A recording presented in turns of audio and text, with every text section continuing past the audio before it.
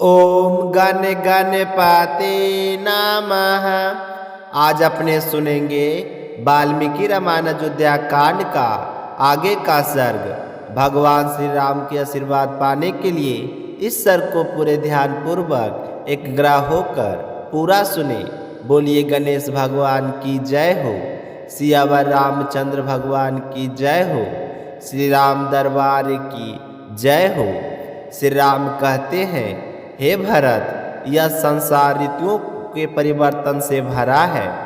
बसंत आता है, फिर ग्रीष्म, फिर वर्षा और शरद ऋतु अपनी चाल से बदलती रहती है। और बदलती है ऋतुओं को देखकर मनुष्य हर्ष तो करता है, पर एक सत्य को नहीं समझ पाता है कि जैसे ऋतुएं बीत रही है वैसे ही उनकी आयु का भी ह्रास निरंतर होता जा रहा है। समय का प्रवाह इतना सूक्ष्म है कि इसे कोई पकड़ नहीं पाता है। देखो भरत, जिस प्रकार महासागर में तैरते दो काशखंड कभी मिलते हैं और कुछ ही क्षणों बाद पुनः अलग हो जाते हैं, उसी तरह संसार के सारे संबंध, चाहे वह स्त्री हो, पुत्र हो, परिवार हो या धन, मिलते भी हैं और बिछड़ते भी हैं। इन सब का मिलना और छूटना मनुष्य के बस का नहीं है। जन्म और मृत्यु किसी के भी नियंत्रण में नहीं है।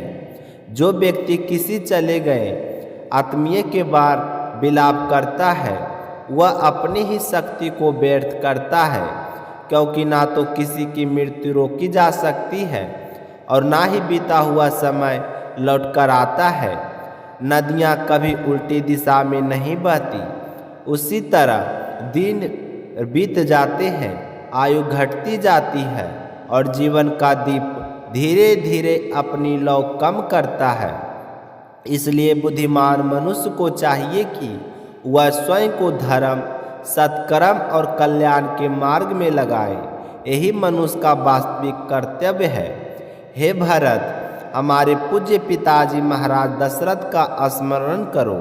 वे दानी थे, धर्मात्मा थे, सत्य के उपासक थे। उन्होंने यज्ञों द्वारा देवताओं और पितरों का तर्पण किया, प्रजा का कल्याण किया, न्याय और दया दोनों का पालन किया। ऐसे पिता निश्चित रूप में स्वर्ग को लोक से ही प्राप्त होते हैं। उनके लिए शोक करना उस आत्मा का अनादर है जो अपने पुण्यों के कारण दिव्य लोकों में प्रतिष्ठित हो गई है। तुम जानते हो भरत, पिता ने अपने जीवन में किसी के साथ अन्याय नहीं किया। उन्होंने दीन दुखियों को उठाया, हर किसी को सम्मान दिया, यज्ञों द्वारा धर्म की रक्षा की। तो क्यों ना माने कि उन्होंने जीर्ण शरीर त्याग कर अब दिव्य स्वरूप धारण कर लिया है। इसलिए हमें जो कि सहस्त्र और विवेकशील है, उनके प्रस्थान पर शोक नहीं करना चाहिए, बल्कि हमें उनके द्वारा दिखाए गए धर्म मार्ग पर चलना चाहिए। हे मेरे प्रिय भरत, अब चाहे परिस्थिति कितनी भी कठिन हो, लेकिन हमें विलाप का त्याग करके अपने अपने कर्तव्यों का अपनाना होगा। पिता ने तुम्हें अयोध्या राज सौंपा है और मुझे वनवास का पालन करने का आदेश दिया है। यह उनका अंतिम वचन था, तो बताओ क्या हम उस वचन की अवहेलना कर सकते हैं? मैं तो वन में रहकर उनके आदेश का पालन करूंगा और तुम्हें भी अयोध्या वापस जाकर वही करना चाहिए जो पिता ने कहा था।